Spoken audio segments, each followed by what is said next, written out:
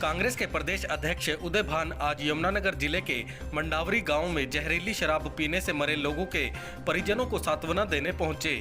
जगाधरी के विश्राम गृह में पत्रकारों से बातचीत में उन्होंने कहा कि अपने आप को गब्बर कहलाने वाले अनिल विज के गृह जिले में शराब की फैक्ट्री चलती रही, लेकिन गब्बर और उसकी पुलिस कहां सोई रही। उन्होंने कहा कि जहरीली शराब कांड में हुई मौतों को देखते हुए अनिल विज को तुरंत नैतिकता के आधार पर त्याग पत्र देना चाहिए। उदय भान ने मुख्यमंत्री को भी आड़े हाथों लेते हुए कहा कि यमुनानगर में 2 दिन होने के बावजूद वह मृतकों के परिजनों के यहां सांत्वना देने नहीं पहुंचे, यह उनकी असंवेदनशीलता है। उदय भान ने प्रदेश सरकार से मांग की कि वह तुरंत मृतकों के परिजनों को 50-50 लाख रुपए का मुआवजा प्रदान करे तथा दोषियों को सख्त सजा दिलवाए। एक प्रश्न के उत्तर में उन्होंने कहा कि दोषी चाहे कोई भी हो, उसे बख्शा नहीं जाना चाहिए। उन्होंने कहा कि उन्हें जैसे ही पता चला उनकी पार्टी का ही कार्यकर्ता भी इस मामले में आरोपी है, तो उन्होंने तुरंत उसे पार्टी से निष्कासित कर दिया। जो नकली शराब का चिट्ठा का जो कारोबार जो चल रहा है पूरे देश में और जो घर घर तक पहुंच गया, और उसमें जो नकली शराब का भी इससे पहले भी सोनीपत में हुआ था, 30-32 जाने वहाँ पर गई थी और अभी यहाँ पर हुआ है। तो इस सरकार का बहुत गंभीर विषय पर इसको लेना चाहिए।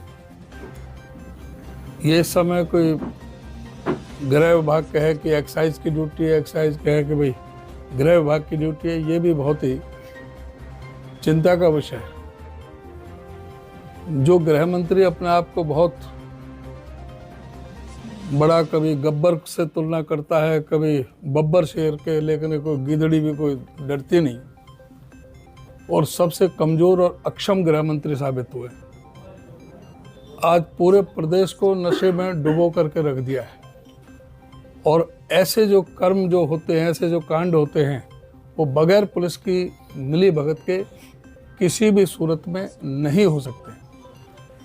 इसमें पूरी तरह से गंभीर रूप से पुलिस की सब जगह मिली भगत है, और ये सरकार की अक्षमता है। मैं तो चाहूँगा कि गृह मंत्री को अपने पद से इस्तीफा दे देना चाहिए कि उनकी अपनी अकर्मण्यता के कारण, अक्षमता के कारण, कि वो किसी भी तरह से जो लोगों को अपना योगदान नहीं दे पा रहे लॉ एंड ऑर्डर की व्यवस्था को सुधारने में, तो उनको बहुत ये सोचना चाहिए।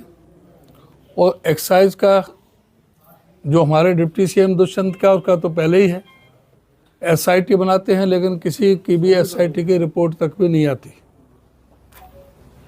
आज हम उन गांवों में जाएंगे उनके दुख में शामिल होने के लिए, उनको संवेदना प्रकट करने के लिए। साथ ही हम इस सरकार से मांग करते हैं कि जो इससे पीड़ित परिवार हैं उनको कम से कम 50-50 लाख का मुआवजा दिया जाए। उनके जो छोटे बच्चे हैं उनको फ्री एजुकेशन, अच्छी एजुकेशन उनको प्रदान करने के काम ये सरकार करे, और ये सुनिश्चित करे कि आगे इस घटना को किस तरह से रोका जाए।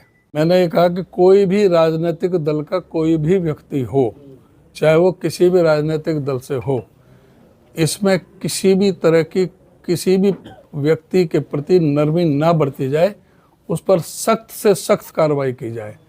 और जहाँ तक जिसकी आप बात कर रहे हो, मेरे संज्ञान में आते उसको मैंने सस्पेंड कर दिया है और उसको रिपोर्ट भेज दी है।